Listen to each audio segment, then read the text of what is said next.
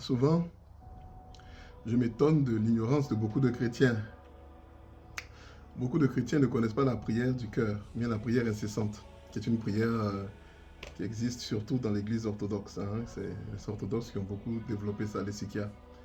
La prière de Jésus, la prière du cœur. Mais c'est pas compliqué si tu veux apprendre à le faire. Surtout ceux qui travaillent, ceux qui font des travaux un peu répétitifs. Les présidents de République, les ambassadeurs. C'est pas compliqué. C'est une parole de la Bible que tu vas répéter tout le temps, jusqu'à ce que ton cœur prie cette prière, même quand tu fais autre chose, ton cœur est en train de le faire. C'est simple, hein? On dit, Seigneur Jésus, fils de David, prends pitié de moi, pauvre pécheur. Seigneur Jésus, fils de David, prends pitié de moi, pauvre pécheur. Voilà.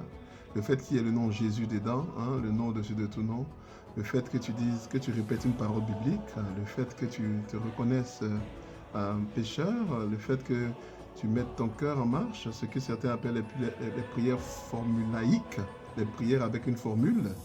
On ne fait pas de prière de formule en pensant que la formule est magique. Le problème la réalité lorsqu'on fait des prières avec formule, le Notre Père, c'est que ça nous libère. Ça fait que, puisqu'il y a une partie de notre cerveau qui est occupée à dire la prière qu'il connaît, on n'a pas besoin de mettre l'attention.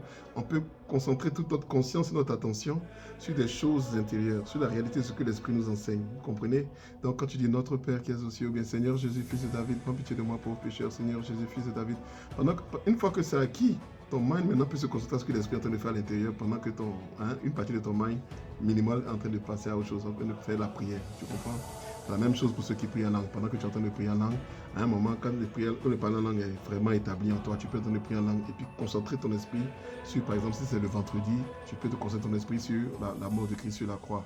Si c'est un lundi, tu peux faire penser à plusieurs mystères, par exemple, lumineux, plusieurs mystères de la parole de Dieu. Tu peux penser à plusieurs mystères joyeux, plusieurs mystères, voilà. Donc, ce n'est pas des prières qu'on fait comme ça. Les prières formulaïques sont des prières qui nous permettent de libérer une grande partie de notre mind pour se concentrer sur les affaires de Dieu pendant qu'une partie reste sur la formule. Soyez bénis, paix chez vous.